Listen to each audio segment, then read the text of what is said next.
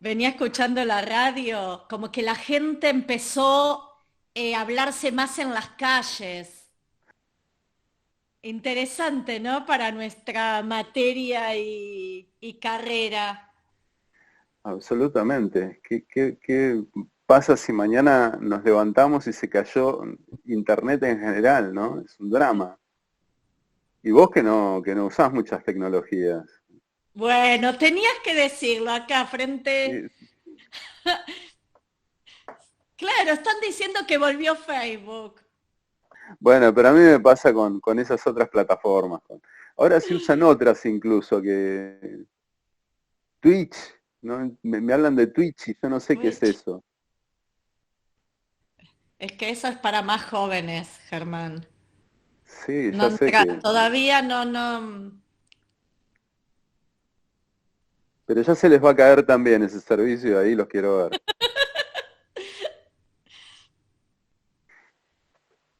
Bueno, vamos a comenzar el teórico entonces de hoy. em, y me parece que es como inevitable empezar hablando de este apocalipsis aparente que hemos sufrido en el día de la fecha, cuando se cae Facebook, se cae Instagram, se cae WhatsApp, Telegram colapsa porque toda la gente de WhatsApp se pasa a Telegram y entonces no sabemos qué hacer con nuestras vidas, con nuestras conciencias, con nuestras comunicaciones. Y empiezan a correr rumores como este que mencionaba recién María Marta, que parece que la gente sale masivamente a las calles para tratar de conversar persona a persona. Y de este lado, quien les habla, desesperado preguntándose si la caída habría incluido los servicios de Google Meet o de YouTube. Y en ese caso, ¿qué hacemos?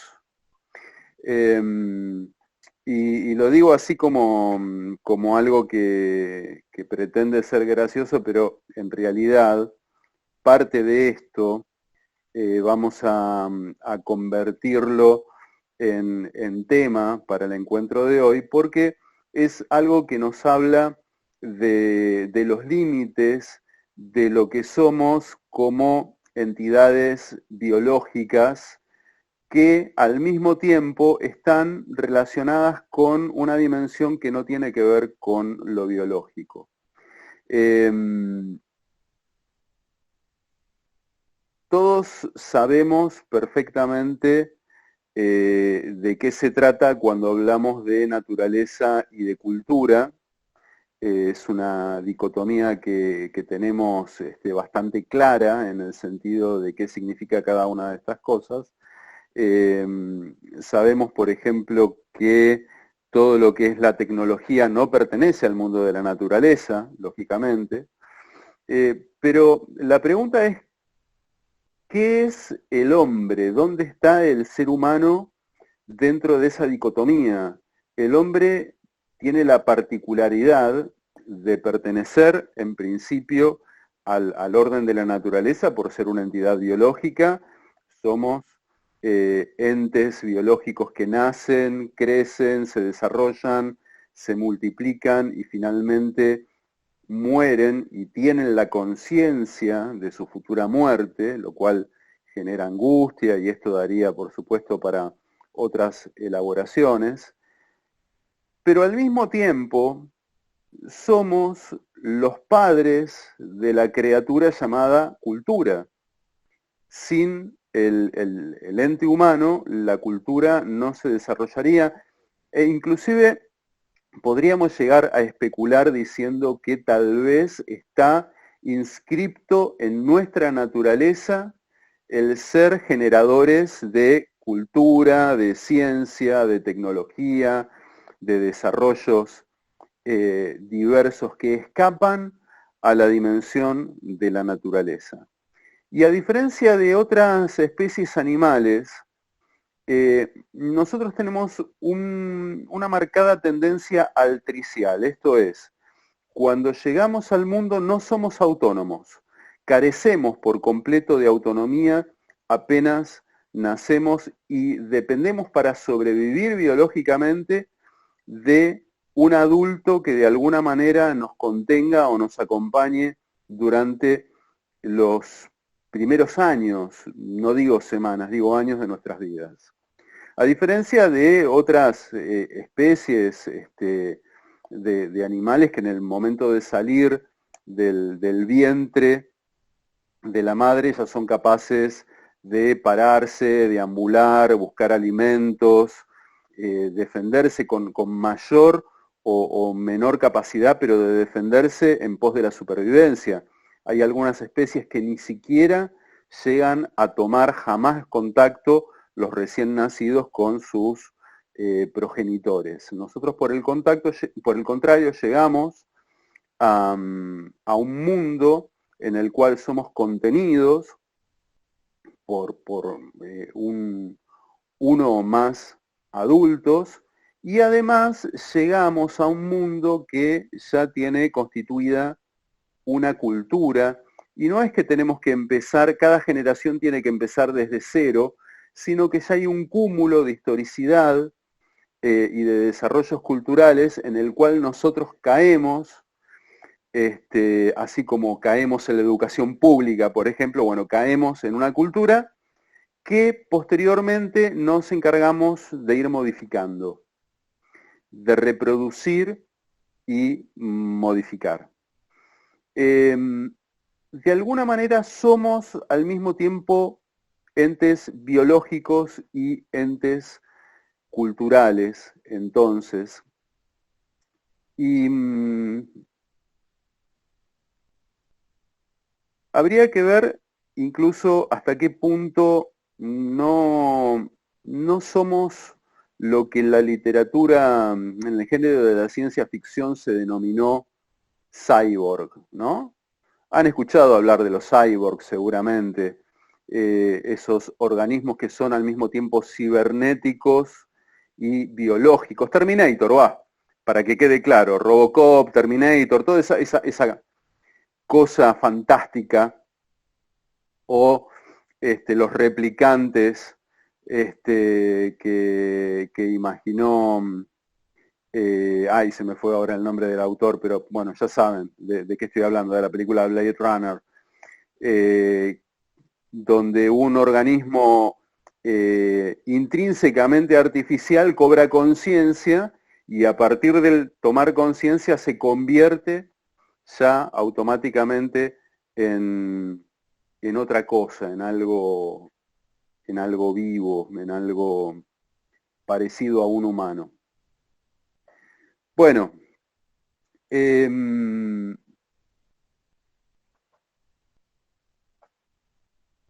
perdón, estoy cambiando la configuración de pantalla para la grabación del teórico. Ahora, sin caer, ¿no?, en un extremo como puede ser el cyborg de una película fantástica como Terminator, lo cierto es que nuestros organismos biológicos se nutren de todo tipo de prótesis. Sin ir más lejos, por ejemplo, esto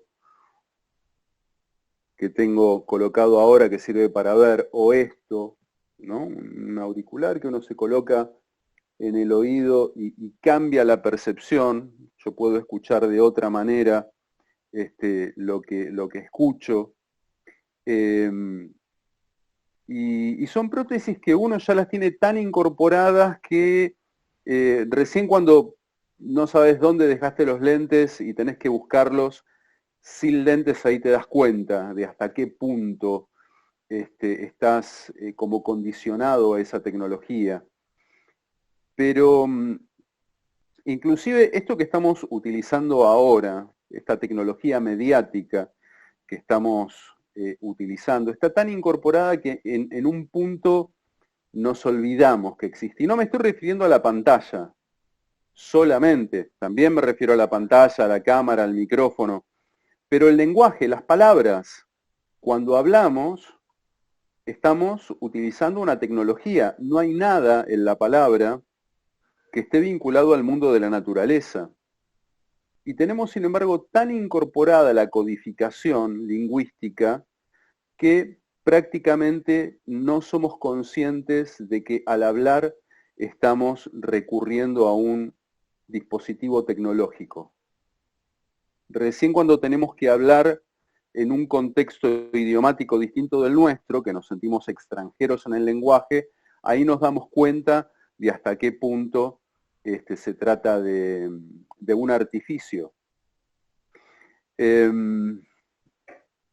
Y pasan cosas interesantes. Hoy me estaba acordando, por ejemplo, de ese corredor que después fue famoso por otras cuestiones, Pistorius, no recuerdo el nombre de pila ahora, pero un tipo que había perdido las dos piernas y participaba en las Olimpiadas Paralímpicas, ¿no? Con unas prótesis. Unas prótesis que, para decirlo de una manera muy vulgar, vendrían a ser como un par de patas de palo. Con la diferencia de que en vez de ser patas de palo, estas patas eran de una aleación especial y tenían un cierto desarrollo tecnológico. En un determinado momento Pistorius dice, bueno, yo quiero participar de las Olimpiadas, pero no de las Paralímpicas. Quiero participar de las Olimpiadas posta. Y no se lo permiten. Pero no se lo permiten no porque por carecer de sus dos piernas estuviese en inferioridad de condiciones. Por el contrario, no se lo permiten porque por carecer de sus dos piernas y haber sido reemplazadas por dos prótesis, tenía una ventaja que los otros corredores no tenían. Y a mí esta cuestión siempre me resultó como muy, muy chocante, que una persona amputada, doblemente amputada, tuviese ventajas sobre alguien que posee sus dos piernas naturales, porque la prótesis ha superado a la naturaleza. Y no podía dejar de pensar en fantasías como el hombre nuclear, porque yo pertenezco a, obviamente ya no soy un millennial, o Terminator o Robocop. Y en verdad, esto del cyborg ya es algo que trabaja desde el punto de vista teórico una persona que ustedes seguramente han leído y estudiado como Marshall McLuhan. En su famosísimo libro, El medio es el masaje, Marshall McLuhan trabaja justamente sobre la idea de que los dispositivos tecnológicos constituyen prótesis. Y claro, McLuhan, que escribe a fines de la década del 60, principios de la década del 70, habla del dispositivo televisivo como la cumbre de lo que es la tecnología del momento, como la tecnología que más está afectando de un modo u otro esta imbricación, ¿no?, entre lo tecnológico y lo biológico, y él dice que la televisión en definitiva constituye una prótesis. Como constituye una prótesis también el libro, la aparición de la imprenta gutenbergiana, más allá de las cuestiones que uno puede estudiar en materias como historia de los medios de comunicación, lo cierto es que produce una revolución en lo que es la psiquis de la persona. Y me refiero concretamente al hecho de que se pasa de la cultura oral a la cultura escrita y hay un cambio en aquellas cosas que uno necesita recordar para reproducir esta cultura de la que antes hablábamos. Ya no necesito memorizar historias que se van a transmitir a través de relatos de generación en generación para poder así transmitir de una generación a otra los valores, la historia, que son constitutivas de la cultura en la cual me inserto, sino que se empiezan a escribir libros que van a ser los libros guía de esa cultura. Pero yo puedo ya despreocuparme de la cuestión mnémica. No necesito recordar para que esa cultura esté asegurada y la transmisión de esa cultura estar asegurada. Hoy nos podemos ocupar la capacidad de bits disponibles en la cabeza de cada quien con banalidades, porque total, cuando llegue el momento de decir, ¿cómo se llamaba ese texto, ese autor o lo que sea? Recurro a San Google, googleo, y ahí está la respuesta, al alcance de la mano. Sobre todo en un tiempo como el contemporáneo, donde todos tenemos un dispositivo portátil de conectividad. Es decir, todos nosotros estamos conectados todo el tiempo a esa gran red. El problema después es cuando se cae la red, ¿no? Que es lo que, por ejemplo, vimos hoy. Mañana Google deja de funcionar, mañana hay un pulso electromagnético general que aniquila las conectividades y ahí te quiero ver. Lo que conocemos como cultura está anclado hoy a esas tecnologías de las cuales sabemos poco y nada. O sea, uno sabe que enciende el dispositivo, se conecta y suceden cosas. Pero cuando eso no sucede como uno espera que funcione, bueno, ahí nos encontramos con nuestras verdaderas limitaciones. Pero de a poco nos vamos constituyendo como sujetos en la red. Y nos vamos constituyendo como sujetos en la red no únicamente como usuarios, sino como parte de la propia red. Nuestras identidades, que como yo les decía en nuestro encuentro anterior, hablar de identidad es hablar de algo fundamental para la comunicación, porque en función de cómo defina yo mi identidad, es decir, desde dónde establezco una relación social con un otro y cómo establezca la identidad del otro, es decir, cómo es, quién es ese otro con el cual me comunico, según cómo defina estos dos elementos que en los viejos modelos comunicacionales resolvían catalogando como emisor y receptor, es decir, pura abstracción, absolutamente deshumanizada, desprovista de los parámetros propiamente humanos. De vuelta, según cómo defina yo a los participantes de la relación social, voy a tener también una definición de cómo va a ser la comunicación, cómo se va a constituir.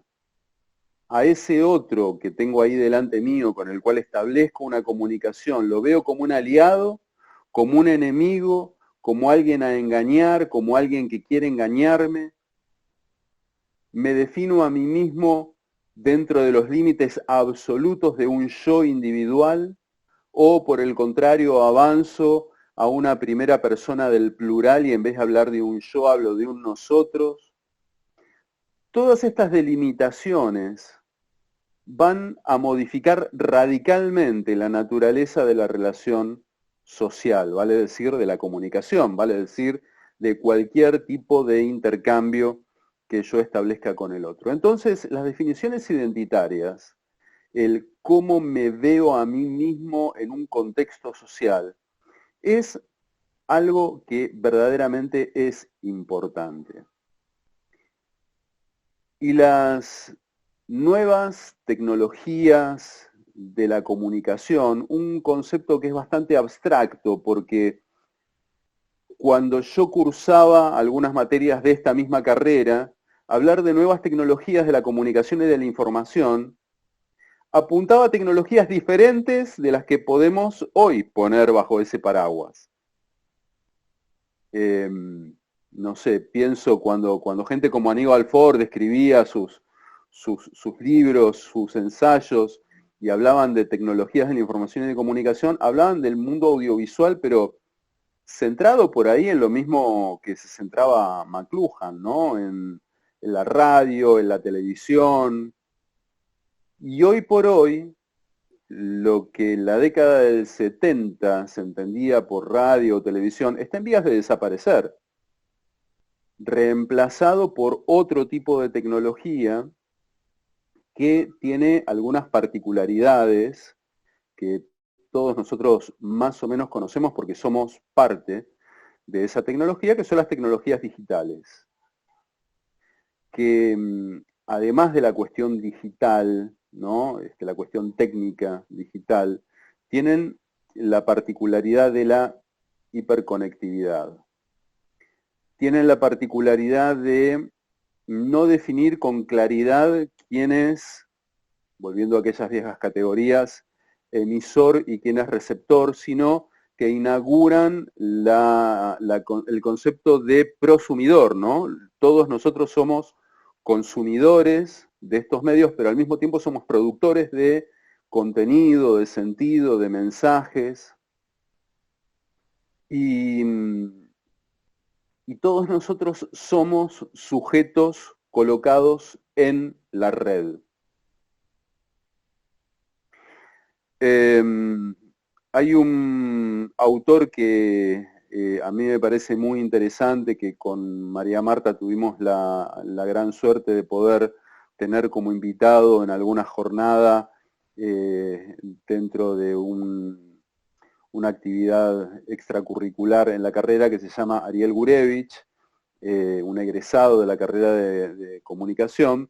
Ariel Gurevich escribió un libro que salió editado hace un par de años atrás por Crujía, titulado La vida digital.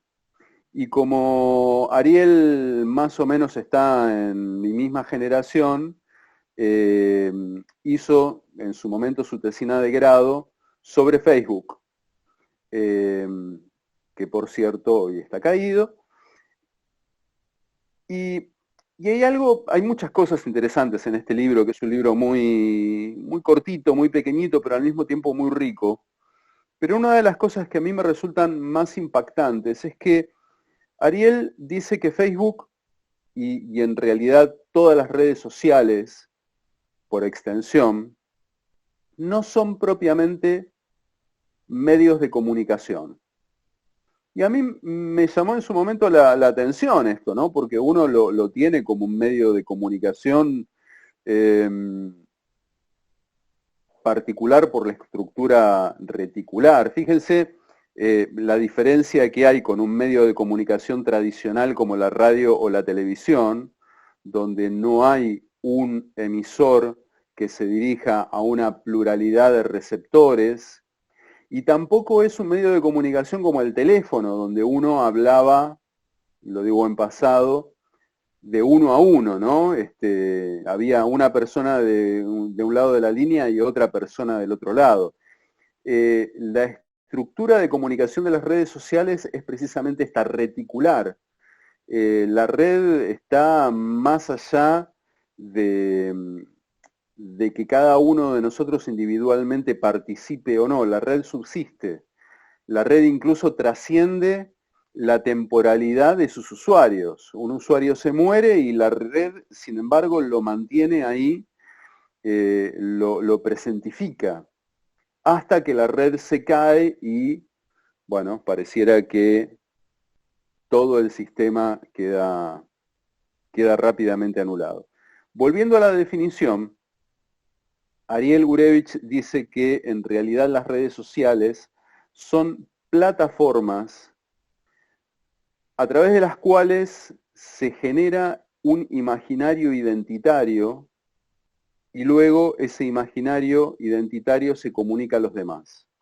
Hay como una construcción del yo que es puramente imaginaria, que se pone a disposición de los demás.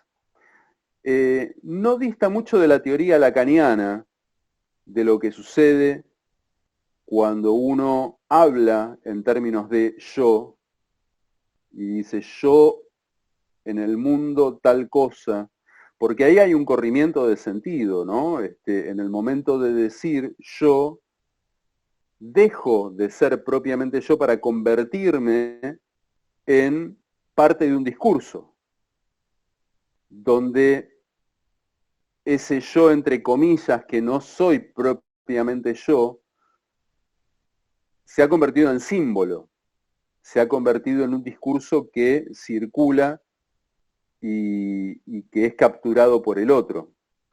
Lo cual, desde el punto de vista del constructivismo, si uno lo piensa un poco, es inevitable. O soy palabra, o soy representación icónica, o soy imagen capturada por la mirada del otro.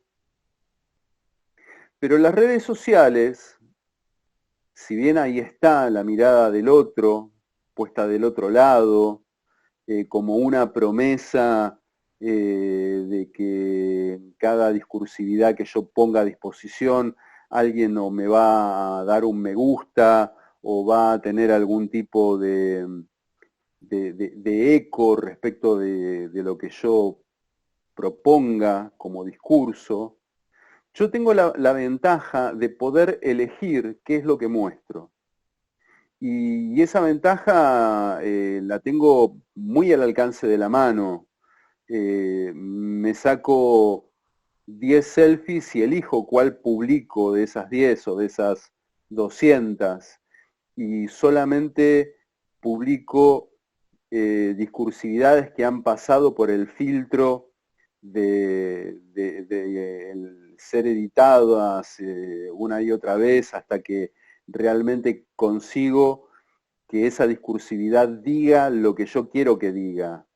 Y si incluso una vez publicada una discursividad no me convence el efecto que tuvo, la puedo eliminar y puedo ir generando como una suerte de historial hecho a medida. El problema, o uno de los problemas, es que se genera un efecto forclusivo. Esta palabra que utiliza Joel Dor, la forclusión del sujeto, la alienación del sujeto en sus propias discursividades.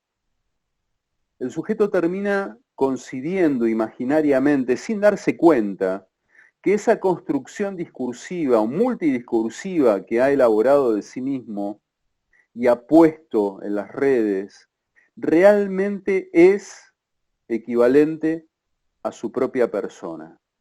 Esto es lo que podríamos definir como una distorsión identitaria.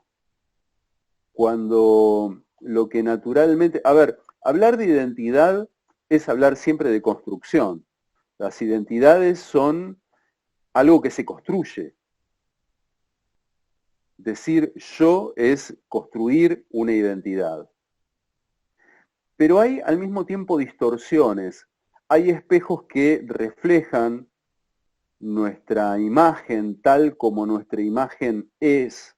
Vaya a saber exactamente qué significa esta frase que acabo de decir. Y hay espejos que claramente deforman. Bueno, lo que dice Gurevich es que de alguna manera las redes sociales son espejos que siempre deforman. Porque uno publica sus discursividades en función de las discursividades que ya preexisten, que han sido planteadas por otras personas. Es como esta división etaria, ¿no?, que existe de Facebook, lo utiliza gente de determinada edad, Instagram, gente de determinada otra edad, más joven, TikTok es gente todavía más joven, Twitch, que ya ni siquiera sé qué es, parece que es para gente más joven todavía. Y cada una de estas plataformas tiene discursividades propias. Si bien hay efectos generales que podrían ser más o menos considerados de manera genérica, en cuanto a la constitución imaginaria de un yo, hay ciertas discursividades que son específicas de cada tipo de red. Lo que tienen en común es la ficcionalización del yo. Y es una ficcionalización que tiene que ver con ver y comparar, verse y compararse con las discursividades que son propuestas por los otros. Como todos los yoes que circulan en todas las plataformas están editados y cada vez más el contacto interpersonal con los otros se da a través de estas mediatizaciones y estas representaciones, hay una distorsión identitaria en cuanto a qué es lo que realmente significa ese otro que me es presentado a través de una pantalla. ¿Qué tan auténtico es eso que se me presenta como el reflejo del otro? ¿Y qué tanto tengo que parecerme yo a ese reflejo para ser auténticamente yo? Entonces, por ejemplo, si uno piensa en el concepto de felicidad, ¿qué es la felicidad? Esto, perdón, los integrantes de mi comisión, que seguramente ya lo hemos visto y por ahí lo tienen como un contenido repetido, pero me parece que es como bastante claro como para presentarle a quien todavía no se haya planteado la pregunta, ¿qué significa ser feliz? Y en realidad, como es un concepto demasiado abstracto, el de felicidad, para tratar de aprenderlo voy a la instancia comparativa. A ver cómo es la realidad del otro y en comparación con esa realidad de ese otro yo veo qué tan bien o qué tan mal ranqueo. Y cuando la realidad del otro me es presentada a través de una construcción imaginaria en redes sociales, se genera una distorsión porque yo no accedo verdaderamente a lo que el otro es en tanto vida cotidiana, sino a una representación que claramente no es la realidad. Acá me acuerdo de un gran dramaturgo argentino que fue Alberto Migré, un creador de grandes telenovelas, y Migré decía que su éxito se basaba en el hecho de que él tomaba la realidad, pero como a nadie le interesa comprar la realidad, lo que hacía era enfatizar algunos rasgos. Y era una realidad enfatizada la que él proponía en sus historias. Pero después pasa que la gente, frente a la exposición permanente a esta realidad enfatizada, termina concibiendo que esos son los parámetros aplicables a esa comparación con su propia realidad. Entonces ahí donde yo veo un mundo irreal de seres felices, sonrientes, que me muestran las fotos de sus viajes y sus logros, y lo comparo con mi vida cotidiana, inevitablemente siento que salgo perdiendo. Entonces, para compensar, yo también creo una realidad fantástica de fotos y videos que subo que no representan fehacientemente mi realidad, pero constituyen como un pedacito de una realidad ideal que termina ocupando imaginariamente el lugar de ese ideal al cual yo tiendo y al cual yo quiero acceder. Generando, por cierto, una sensación de insatisfacción permanente que es muy adecuada para nuestro sistema de consumos. En el momento en que alguien quiera hacer algún comentario o alguna consulta, no tiene más que abrir su micrófono y bueno, nada, me frena. Quería compartir unas imágenes en pantalla, pero no estoy seguro. Les quiero mostrar una bonita historia que encontré el otro día en Facebook, justamente, que es una historia fotográfica que, según dice acá, un fotógrafo capturó el increíble momento en que un ratón y una rana se hicieron amigos en Indonesia, ¿no? Y entonces, muy bonito, está la rana, el ratoncito, y la gente ponía, ¿no?, sus comentarios, corazoncitos de todo tipo, diciendo qué maravilla la sabiduría de los animales que empatizan y se dan besitos. Y es una historia sin duda muy tierna. Y creo que esta era la última de las fotos. Y alguien, siempre hay alguien que te arruina la historia, dice, pero hay una foto más en la secuencia que no está. Era esta foto.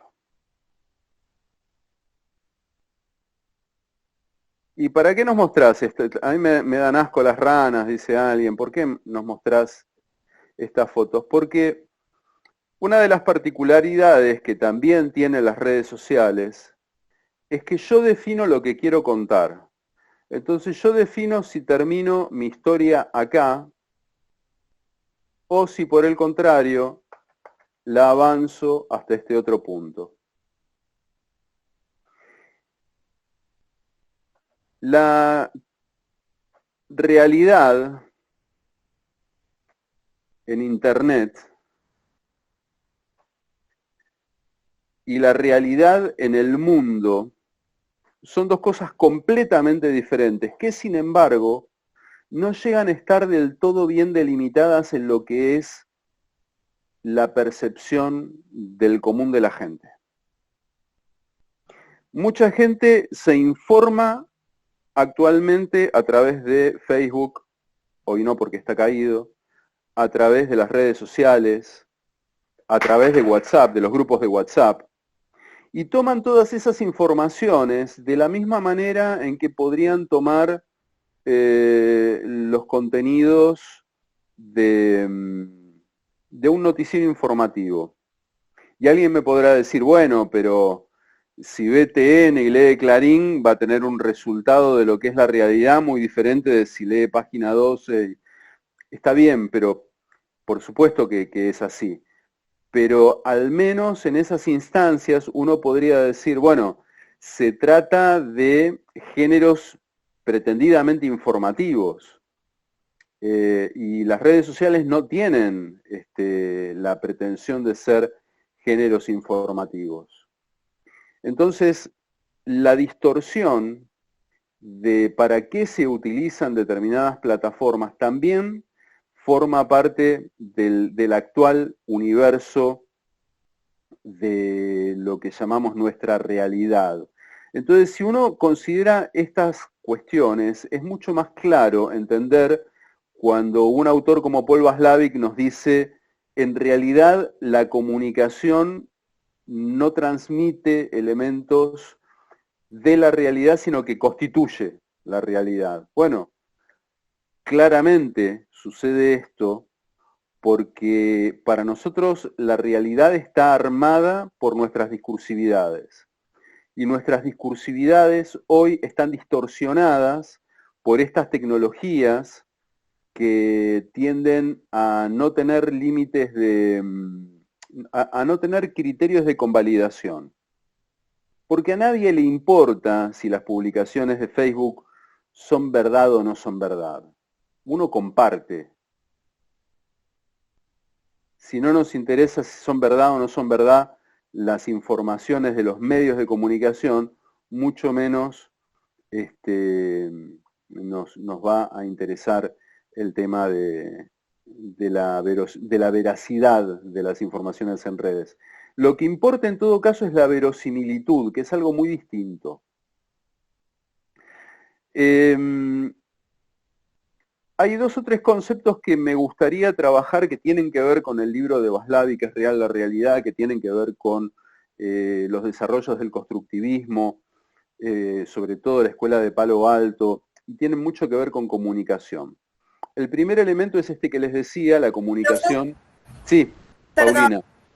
una consulta sobre esto, porque estabas diciendo hace un momento que la realidad está armada por discursividades, pero que actualmente está distorsionada porque pues las redes sociales no tienen criterio de convalidación. Pero yo me pregunto, o sea, que pasa más por una cuestión de verosimilitud, ¿no? Y yo me pregunto si eso es una cuestión actual, o sea, o cuál vendría siendo la diferencia con antes, porque, o con otros medios, digamos, porque también pasa en la televisión y podía pasar mucho antes cuando no existía la televisión y se manejaba y la comunicación estaba como más centralizada. También podía ser una cuestión de verosimilitud. Sí, absolutamente, y tenés razón, Paulina, en eso. Desde que la comunicación se establece como tal, en cualquier instancia, en absolutamente cualquier instancia, la comunicación puede ser utilizada con objetivos de manipulación, y lo que importa es en primera instancia la verosimilitud y no la veracidad. Esto en cualquier momento histórico que uno considere los medios de comunicación. La diferencia sería que antaño, si uno deseaba chequear hasta qué punto un mensaje era verídico, tenía que salir a revisar 2, 3, 4, 10 fuentes informativas, que eran las pocas voces que oficiaban de emisoras, llámense los discursos de los diarios principales, llámense los discursos de los principales canales de televisión, de las principales radios, y esas eran las voces, pero era una cantidad muy limitada de voces, y entonces, de algún modo, el control de verosimilitud, o de veracidad, perdón, mejor dicho, de esos discursos, era relativamente escueto.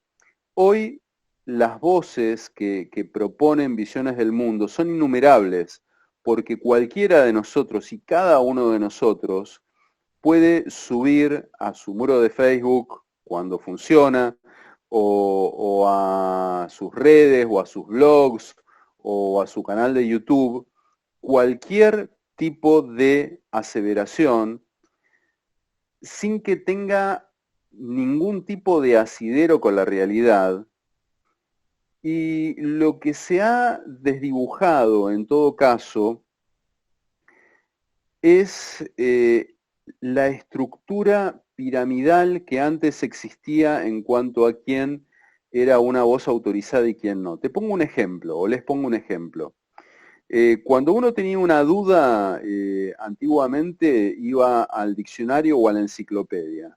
Cuando uno hablaba de enciclopedia, hablaba, por ejemplo, de la Enciclopedia Británica, de la Enciclopedia Larousse, de enciclopedias que tenían detrás una marca, un editor, que se jugaba, por otra parte, su prestigio en función de la veracidad que finalmente tuvieran sus publicaciones. Quiero decir, si la enciclopedia Larousse empezaba a evidenciar que tenía muchas fallas, la gente iba a dejar de comprar ese producto y había un negocio que se perdía. Hoy, cuando hablamos de enciclopedia, hablamos de Wikipedia. ¿Y quién es el autor de Wikipedia? Nadie y todos.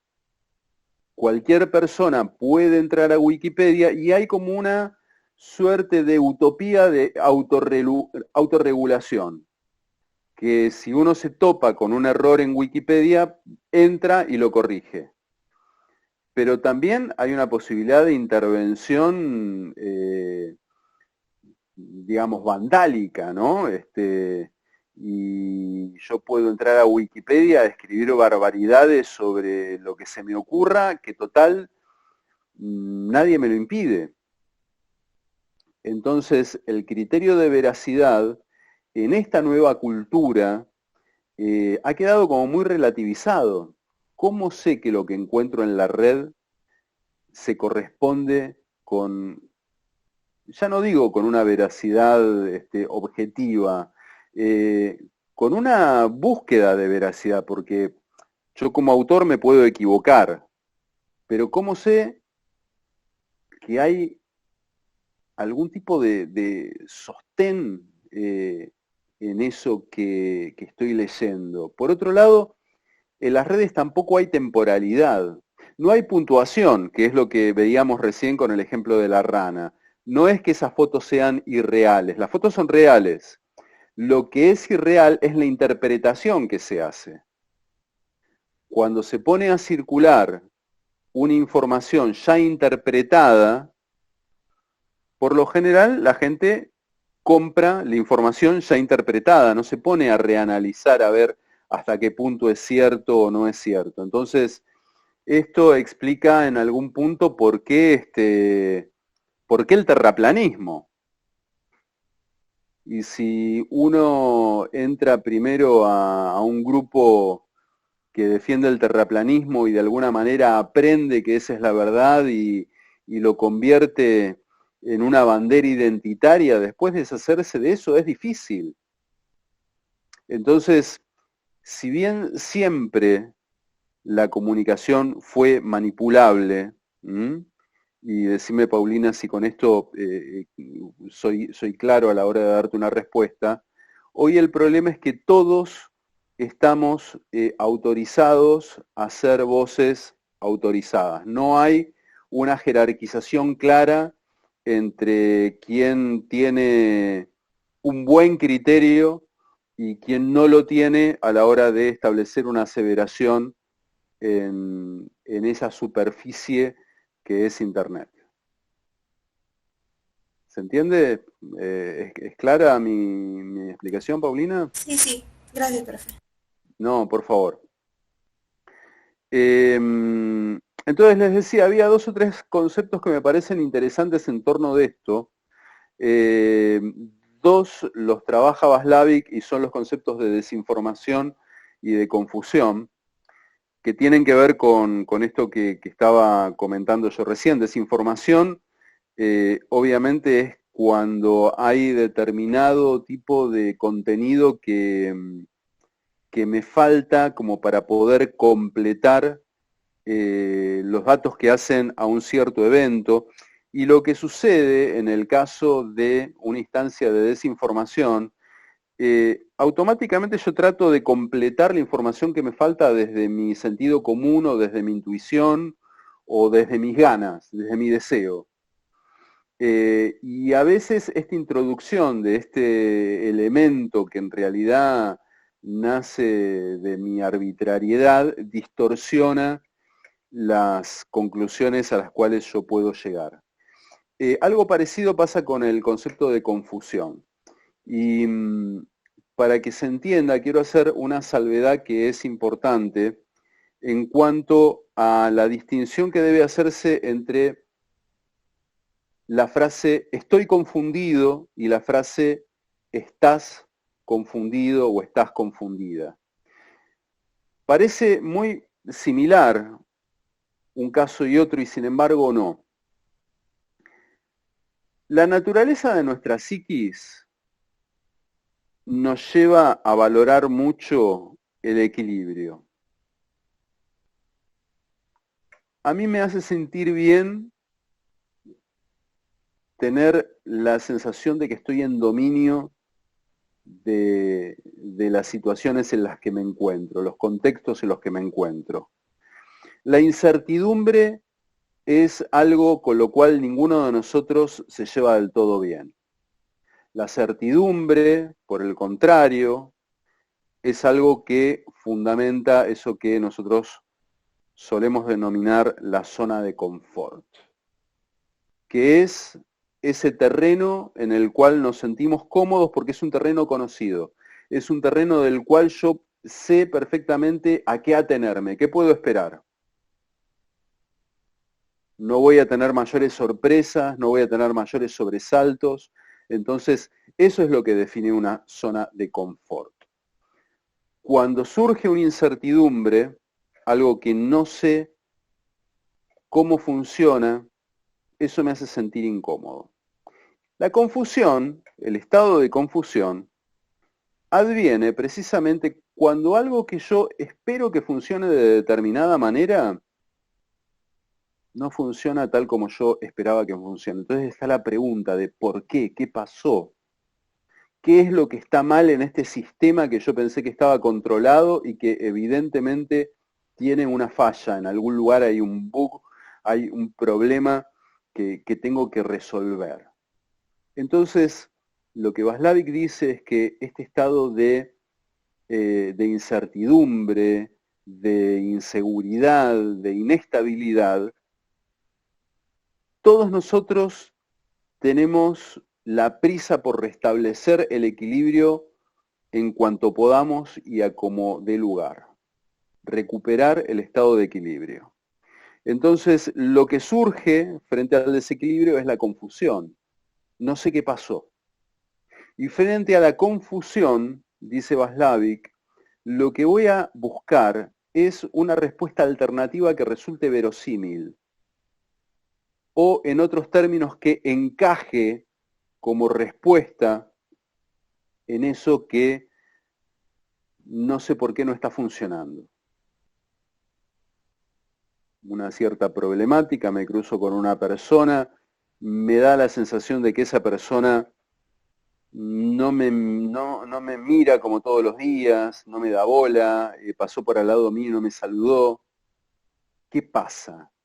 Entonces busco una respuesta a ese qué pasa. Y la primera respuesta que me viene a la cabeza, dice Václavic, que es la que voy a poner en juego como para cubrir el desequilibrio, no importa que esa respuesta sea verdadera, importa que sea verosímil. No me saludó porque está ofendido conmigo. ¿Y por qué está ofendido conmigo? Y no tengo idea. ¿Por qué puede ser? Porque cree que yo me considero mejor que él, porque me saqué una mejor nota. Es decir, una serie de suposiciones que no tienen ni pie ni cabeza. Pero no importa, encaja, encastra, hace un sentido. ¿Vieron esta pregunta que está tan de moda y que forma parte de la idea del constructivismo? ¿Les hace sentido? Ahora los próximos dos teóricos que los va a dar el profesor Abel Hidalgo van a escucharle seguro hacer esta pregunta. ¿Les hace sentido? El sentido es algo que se hace en uno. Es decir, las cosas no tienen sentido. Es cada uno de nosotros el que encuentra un sentido en las cosas, el que construye un sentido en las cosas. El problema está en que el sentido que yo construyo para una realidad que está ahí afuera puede ser diferente al sentido que construye otro.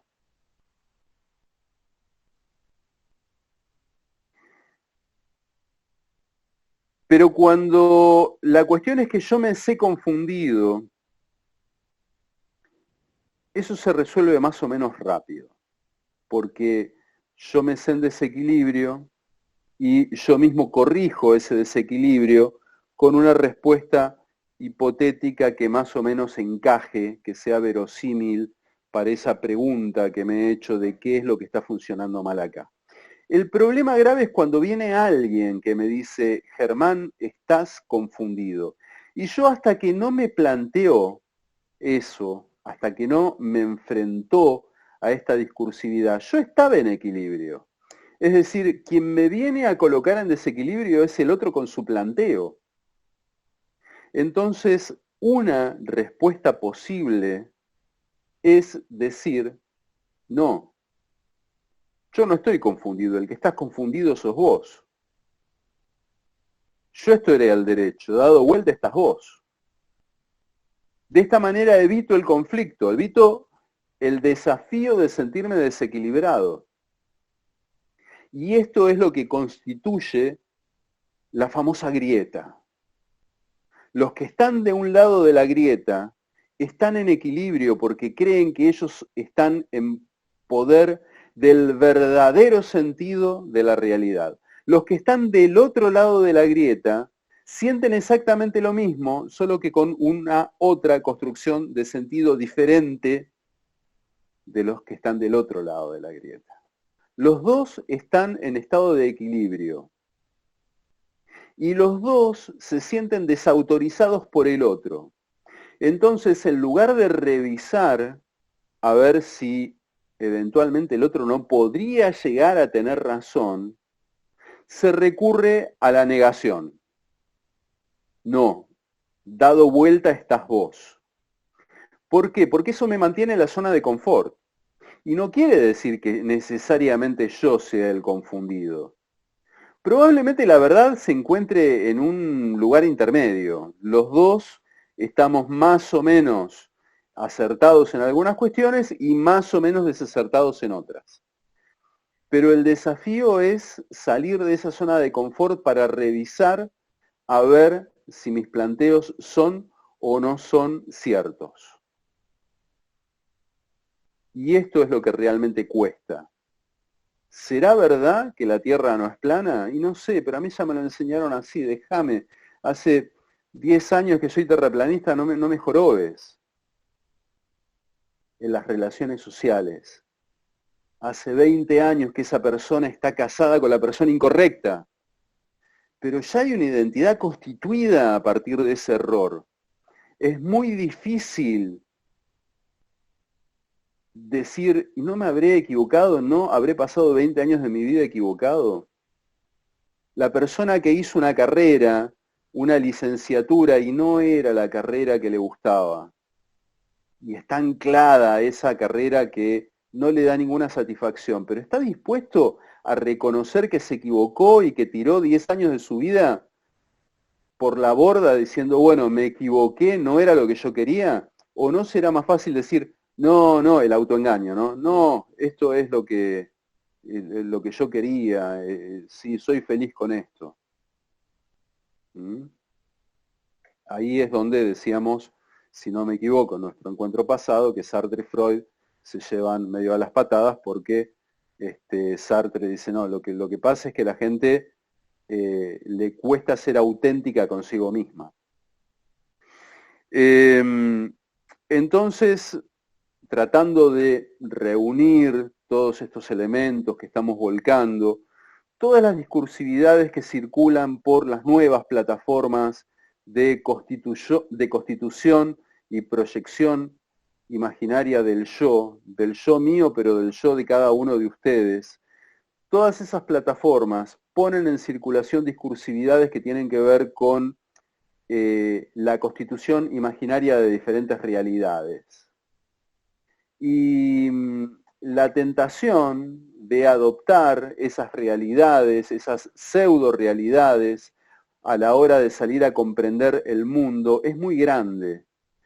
Y una vez que cada uno de nosotros adopta esas pseudo realidades como reales, valga el juego de palabras, y espero sinceramente que esté siendo lo suficientemente claro, bueno, ya está.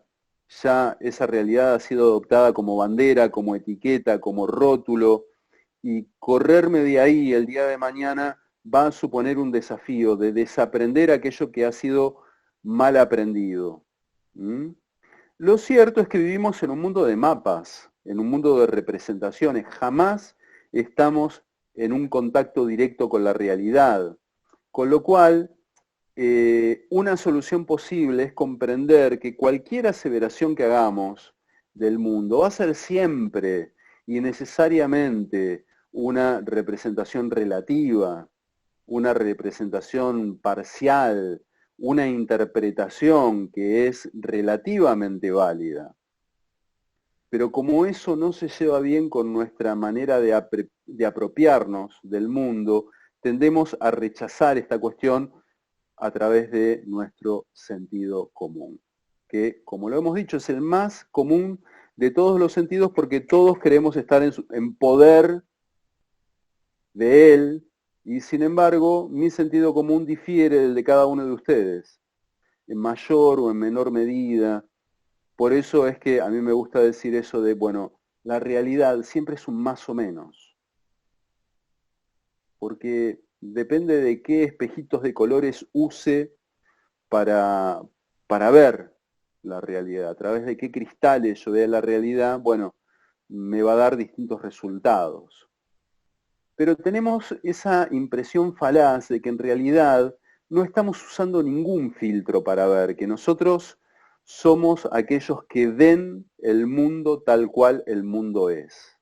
Y este es el mayor de los ruidos que pueden existir en el campo de las comunicaciones sociales, de la comunicación, de la comprensión cabal de cualquier tipo de realidad. No hay una realidad ahí a la cual yo pueda acceder. Siempre la realidad va a ser interpretativa y en ese sentido siempre va a ser dinámica. Depende del ánimo con que me haya levantado cada día, la lectura que yo haga de la realidad va a ser diferente. En matices más o menos importantes, pero siempre diferentes. ¿Hasta acá vamos más o menos bien? Insisto que no los queremos llevar, no es esa la intención de la cátedra, hacia un relativismo absoluto. No se trata de eso. De lo que sí se trata es de sacarlos de un objetivismo absoluto, que es tan pernicioso como un relativismo absoluto. Siempre vuelvo sobre esta idea beisoniana de que las cosas tienen o 1.000.000 de sentidos o ninguno. En el momento en que es posible establecer una interpretación sobre un hecho de la realidad, se van a abrir múltiples interpretaciones posibles. Muchísimas interpretaciones posibles, pero no cualquier interpretación va a encajar con esa realidad. Ahí es donde el concepto de encaje tiene valor. Hay interpretaciones que encajan mejor que otras y hay otras interpretaciones que definitivamente hay que forzar demasiado las cosas para que lleguen a encajar.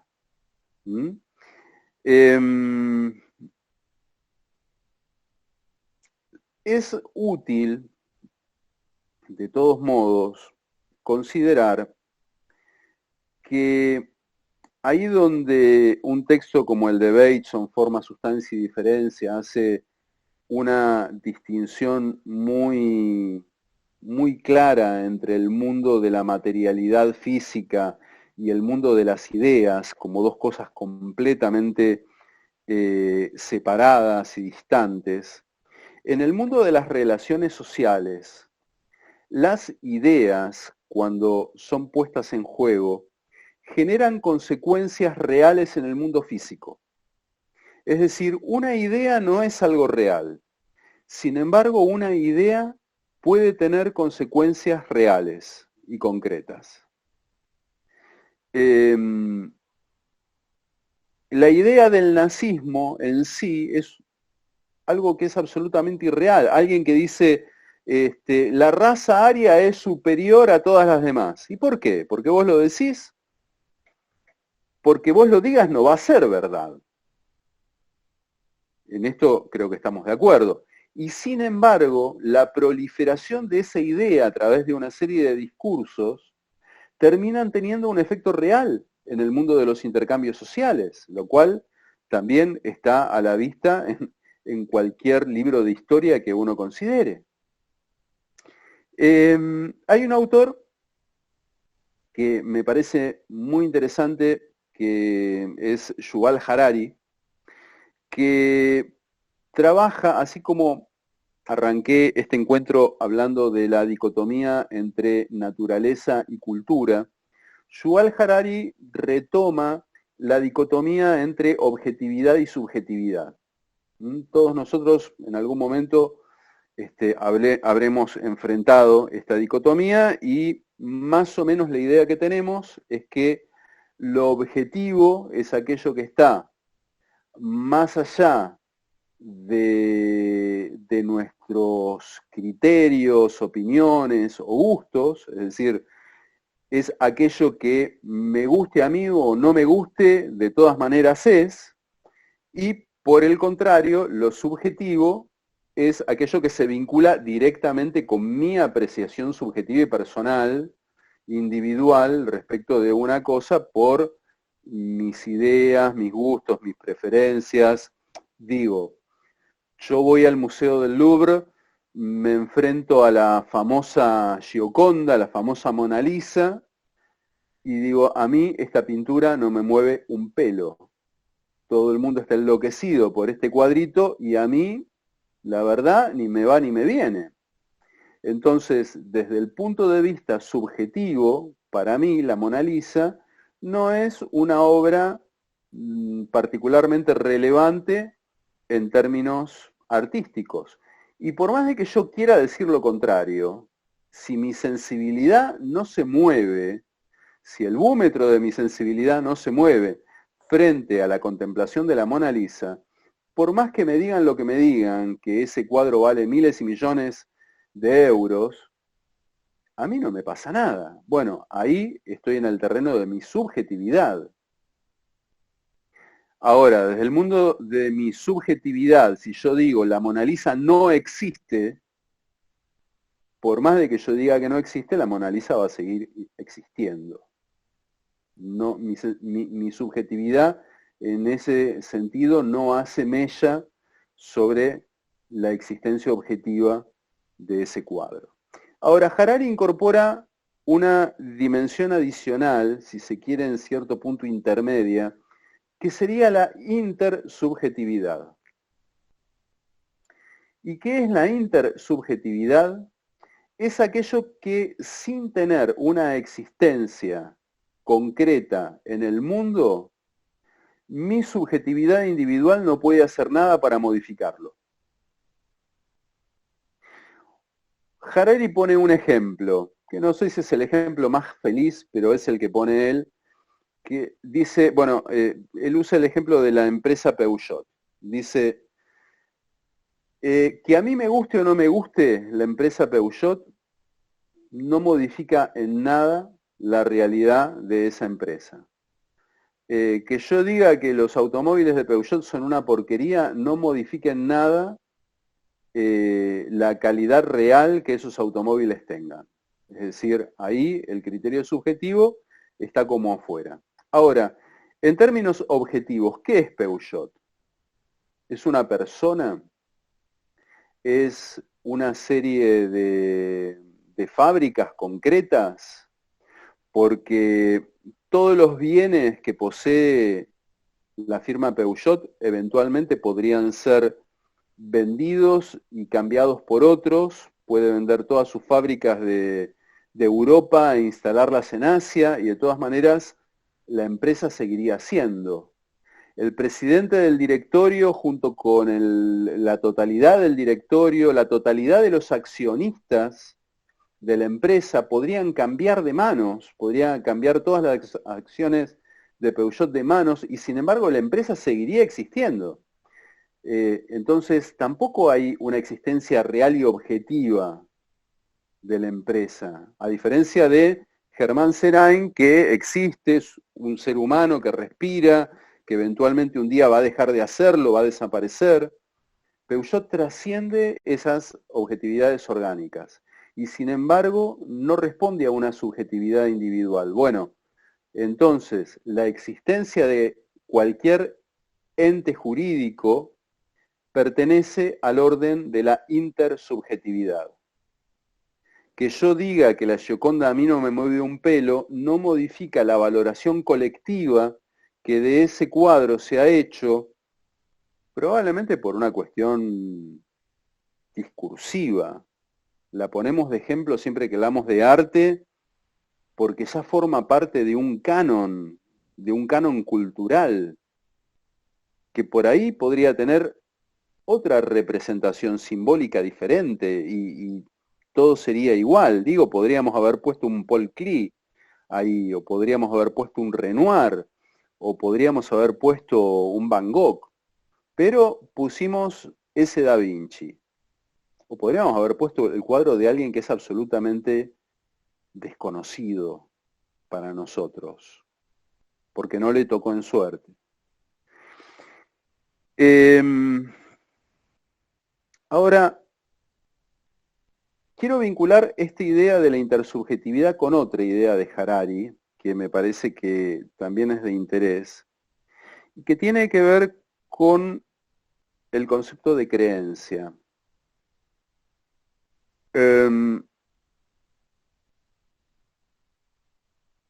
Tiene que ver con la idea de la diferencia entre las religiones politeístas y las monoteístas.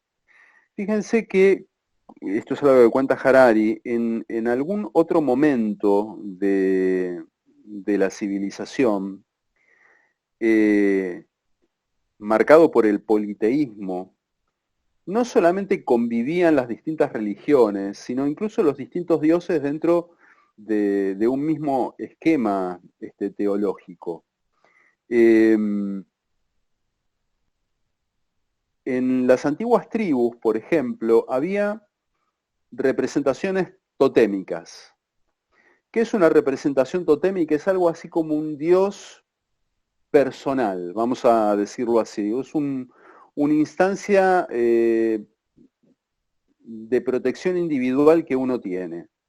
Entonces dice Harari, por ejemplo, un cazador se perdía en la tundra, no sabía cómo volver a su aldea y de repente veía un zorro blanco que le llamaba la atención y siguiendo a ese zorro blanco regresaba, encontraba el camino de regreso a su aldea. Entonces a partir de ese día, ese cazador adoptaba al zorro blanco, como su tótem personal.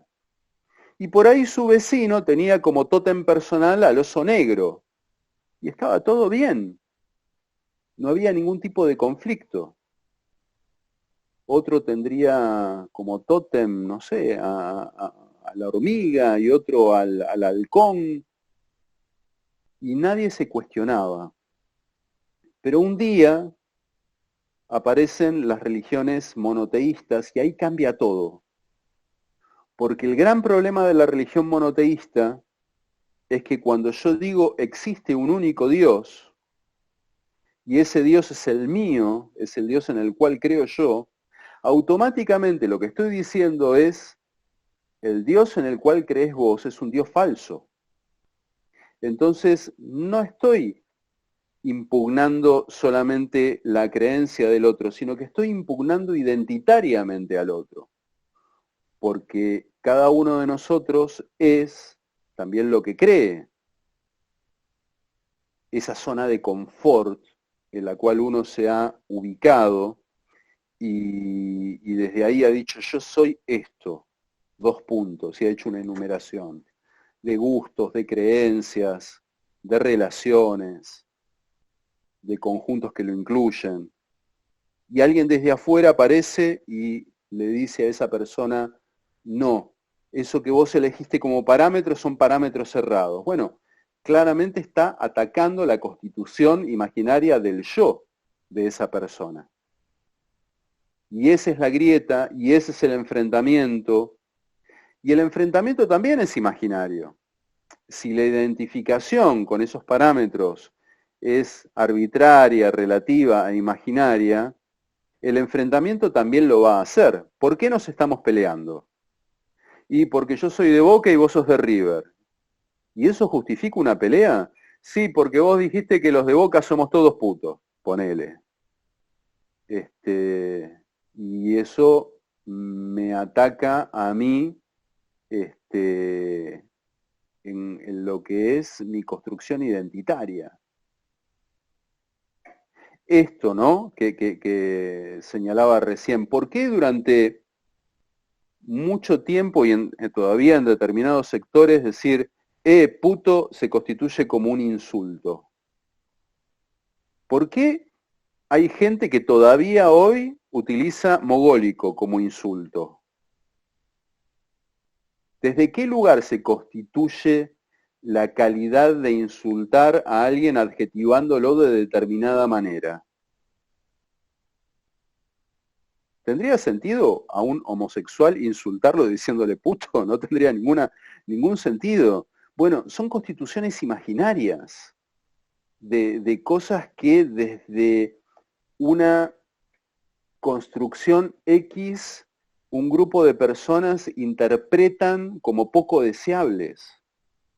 Los modelos de la masculinidad, del nacionalismo, de lo que está bien, de lo que está mal, son puras ideas y como tales no tienen asidero en el mundo objetivo de las cosas físicas, diría Bateson. Y sin embargo, son las pautas que marcan las relaciones sociales, porque las relaciones sociales tienen una pata en el mundo de la naturaleza y una pata en el mundo de la cultura. Por un lado es aquello que es, y por otro lado es aquello que se imagina. Y estas articulaciones son las que muchas veces nos impiden comprender cuáles son los conflictos a la hora de comprender que un mapa es un mapa, comprender que un discurso es un discurso, comprender que lo que digo es solamente lo que digo y no lo que es más allá de las discursividades. pero, pero es muy difícil separar una cosa de la otra porque nosotros formamos parte de las dos dimensiones, simultáneamente, y nos constituimos como seres socioculturales. Claro, entonces uno podría preguntarse para qué estamos desarrollando todos estos temas si finalmente forma parte de nuestra naturaleza ser seres sociales, que construyen imaginarios, que se mueven en territorios imaginarios. Territorios imaginarios, qué expresión incluso hasta contradictoria. Bueno, lo que es importante de entender de esto es que cualquier análisis que hagamos del mundo de lo social tiene que contemplar esta aparente contradicción, esta aparente paradoja, y tiene que poder comprenderla para saber dónde estamos parados. Si tomamos las representaciones imaginarias como valores objetivos, vamos a estar haciendo las cosas mal. Si tomamos las representaciones imaginarias como un imaginario carente de consecuencias en el mundo real, también vamos a estar haciendo las cosas mal. Es necesario que comprendamos la articulación, la compleja articulación de imaginario con intercambio social, y ahí es donde nosotros nos desarrollamos cotidianamente. Ni mapa ni territorio, sino un territorio constituido a partir de los mapas, que es algo que curiosamente en el texto que nosotros le ofrecemos a ustedes de Gregory Bateson no está, o hay que buscarlo muy entre líneas. Esa tercera dimensión, esa tercera posición, es aquella que nos define el territorio profesional o el mapa profesional en el cual nosotros tenemos que movernos como cientistas sociales. ¿Hace sentido todo esto que estuvimos viendo hasta acá?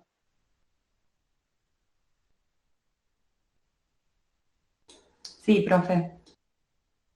No sabes el alivio que me das, Manuela. Porque también pasa eso, que desde la construcción discursiva que uno hace, uno se pregunta, del otro lado, ¿la interpretación será posible? En caso de que sea posible, ¿será la misma? ¿Será siquiera parecida? A veces el sentido termina de cerrar, no sé, días después o meses después. Siempre nosotros los docentes tenemos la expectativa de que sea dentro de los límites del cuatrimestre, antes de los exámenes, pero bueno, a veces sucede y a veces no. Mari, que te estoy viendo en pantalla, ¿querés agregar algo a todo esto? Me interesa tu punto de vista.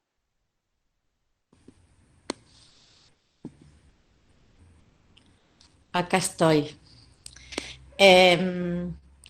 No, así como vos decís que tus alumnos quizá les suena, porque lo has hablado en tu comisión, en la comisión de los sábados también estuvimos hablando bastante. Bueno, acá está Paulina, está Juana, hay varios ahí que veo. Lo que pasa es que hoy tengo la pantalla chiquitita. Pero estuvimos hablando también bastante sobre Bateson, sobre los mapas, los territorios, y me interesó esto último, bueno, todo, ¿no? Pero esto último que retomás sobre dentro del campo de lo social, la manera de hacer ciencia, que esta perspectiva también nos muestra una manera de hacer ciencia social, ¿no? Que también, bueno, en nuestra comisión de los sábados lo hablamos mucho, porque partimos, como en todas las comisiones, ¿no? De todo el método cartesiano y todo el racionalismo y desde las meditaciones un delineamiento de sujeto moderno con determinadas reglas, con determinada manera de acercarse a los fenómenos. Y hemos discutido mucho esta cuestión bueno, ¿qué pasa con las ciencias sociales, no? Que a veces hasta parecería ser que están como medio dejado, no dejado de costado, sino como si fuesen otra categoría distinta a las ciencias más llamadas duras o exactas. Entonces me parece que el concepto de mapa y territorio de Bateson, el aporte que desarrolló y Germán, todo el enfoque que la cátedra tiene, esto que hablaba él de una obra de arte, de cómo lo sensible, qué es lo que nos sensibiliza y si hay algo que nos sensibilice a todos por igual o no. Bueno, me parece que estas distintas maneras les decía, de delinear al sujeto y la subjetividad o la intersubjetividad con el texto de Harari que trae Germán, me parece que también es una manera de posicionarnos diferente dentro de este campo y que, por lo menos en nuestra clase, acá hay algunos compañeros, compañeras presentes, siempre vuelve ese cuestionamiento que hay cosas que la formación de la carrera deja de lado y que quizá esta materia recupera o abre, digamos, no porque sea la materia más linda del plan de estudios, no, no va por ahí, que lo es, no, sino porque muestra un abanico de una perspectiva, de otra mirada, de acercarse a lo social, a lo comunicacional, a lo psicológico, que están los márgenes en los ámbitos académicos. Toda la cuestión de lo sensible, lo afectivo, así que, y que es tan estructural de nuestro ser como sujeto que es muy loco que queda al margen o no, habría que preguntarse por qué, ¿no? Eso quería aportar. Gracias, Meli. Y sí, sin duda que es la materia más linda de toda la carrera y de todas las carreras. ¿Quién lo pone en duda? Florencia, ahí en el chat, no estoy seguro de si interpreto bien tu pregunta, si no, corregime, Florencia. Ay, no Florencia tengo preguntas, pregunta, pues me dejo. Sí, a ver. no, igual yo lo estoy viendo el chat. Pregunta si la constitución imaginaria es en términos de ilusión. Entonces, vuelvo un poco sobre lo que decía recién. Toda construcción imaginaria se da, sí, efectivamente, en términos de ilusión. Lo que sucede es que uno, por lo general, tiene la idea, esto es como el famoso texto de Cortázar de instrucciones para subir una escalera, donde en un momento Cortázar dice, bueno, hay que hacer esto con el pie y después esto otro con el pie, y el problema es que la identificación entre pie y pie complica las cosas, ¿no? Y es pie derecho y pie izquierdo, que son dos pies diferentes, pero se llaman igual. Bueno, acá con la palabra idea pasa algo parecido. Uno tiene la idea de que aquello a lo cual uno denomina ilusión pertenece a un terreno, si se quiere, inconsecuente. Y la realidad es que el mundo de las ilusiones tiene un impacto directo en el mundo de las relaciones sociales, y este impacto directo en lo social termina constituyendo algo que ya no es del orden de la ilusión, sino que es algo del orden de la realidad, por más de que tenga su génesis en una ilusión. Ahí te leí que estás sin micrófono, pero bueno, cualquier cosita, escribime en el chat si resulta claro esto que estoy diciendo o no. Me estaba acordando recién de un texto de Zygmunt Bauman. Bauman es otro autor para tener muy presente en todo esto que estamos hablando. Cuando él habla de esta metáfora de lo líquido, todos los libros de Bauman están atravesados por la metáfora de lo líquido. ¿Y qué quiere decir la metáfora de lo líquido en Bauman? es algo que no tiene forma, pero que al mismo tiempo tiene la forma del recipiente en el cual se lo inserta. Uno se sirve agua en una botella, en un vaso, y el agua adopta la posición de ese recipiente. Es algo, si quieren, parecido a lo que Cornelius Castoriadis alude cuando habla de la metáfora del magma de la significación. Las palabras no significan algo concreto, es como un magma, ¿no? Como esta piedra en estado semilíquido que va adoptando la forma del terreno a medida que se desplaza. Bueno, eso pasa con la significación de las palabras. La palabra va acomodando su significación al contexto, el líquido acomoda su forma al recipiente, y la cultura líquida a la cual hace alusión Bauman es una cultura donde las identidades y todo aquello que tiene que ver con el imaginario identitario, incluso, insisto en que cuando hablo de identidad no estoy hablando de mi identidad solamente, sino de mi identidad puesta en relación con lo que leo como identidad en los demás. Es decir, ¿quién soy yo? ¿Quiénes son los otros para mí? ¿Quién soy yo para los otros? Etcétera, etcétera. Entonces, en la cultura líquida, estas identidades, en principio, adoptan la forma del continente que se les presente. El problema es que a veces se terminan solidificando estas interpretaciones o construcciones que uno hace y ya dejan de ser meramente ideas para convertirse en otra cosa. Por ejemplo, hay un libro, ahora no recuerdo cuál, de todos los libros de Bauman, creo que es Miedo líquido, o si no me equivoco, donde habla de la figura del extranjero. Y la figura del extranjero es muy interesante para trabajar el tema de las identidades y de las comunicaciones.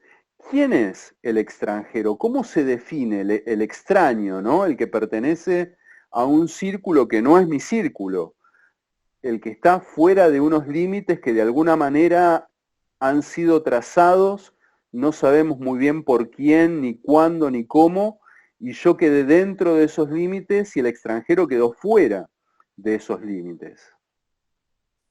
Pero yo al mismo tiempo soy extranjero para otra constitución de límites que plantean otros nosotros, que no somos nosotros los que planteamos estos límites. Entonces, acá de vuelta aparece la grieta, pero ya de un modo más complejo, ¿no? Ya no es una grieta, sino un sistema de grietas que dejan a cada uno de nosotros en determinados lugares y afuera de determinados otros. Y dice Bauman, siempre es más fácil responsabilizar de cualquier cosa mala que suceda al extranjero, al otro, al extraño.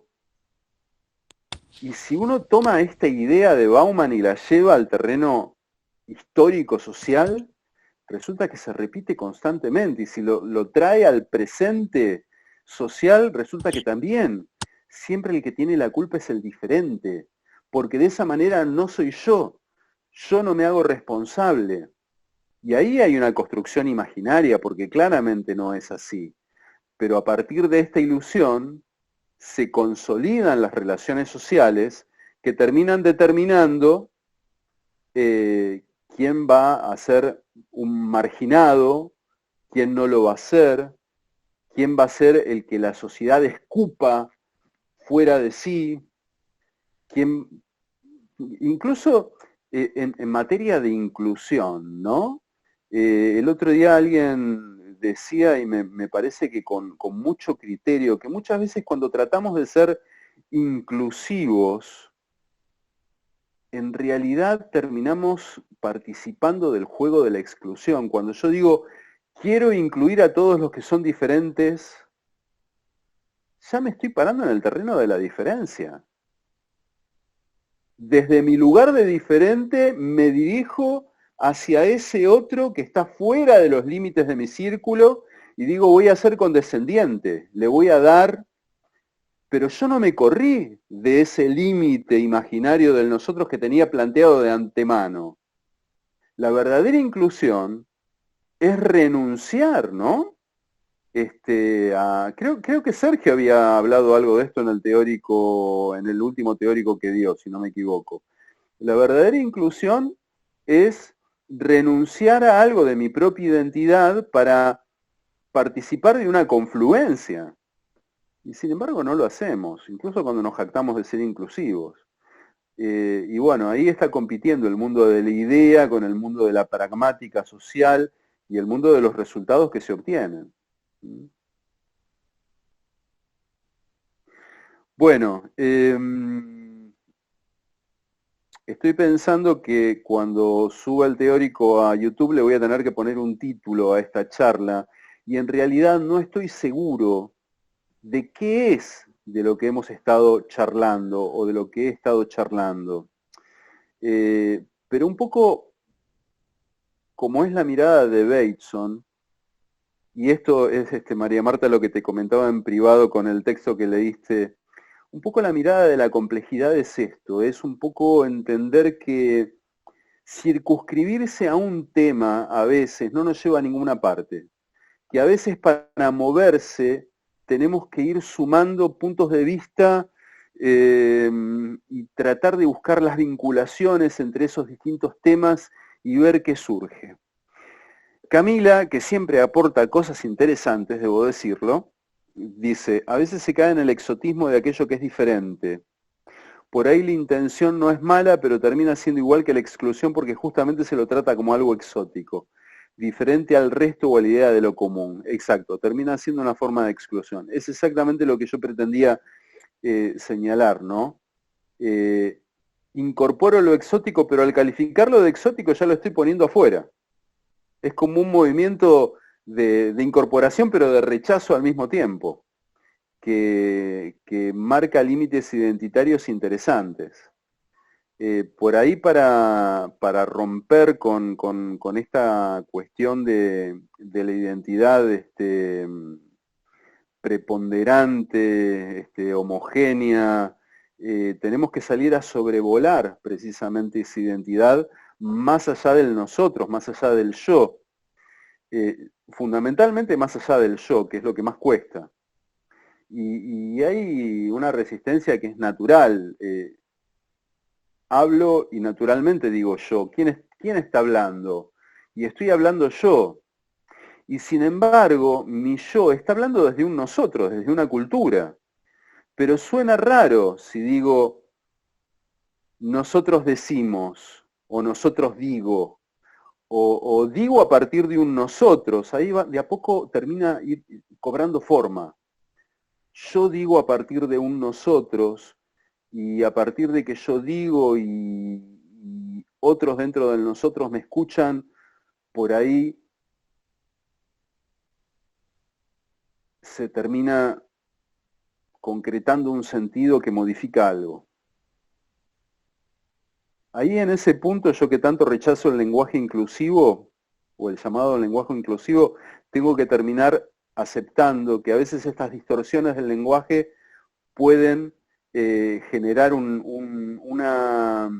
desdibujamiento de sentidos anclados, y eso es potencialmente algo bueno, porque todo lo que desplace significa un movimiento de progresión.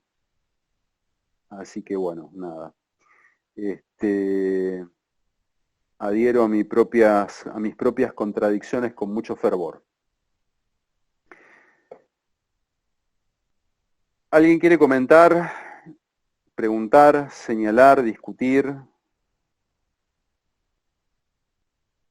Ir a prepararse la cena, café, ahí sí hay más aceptación.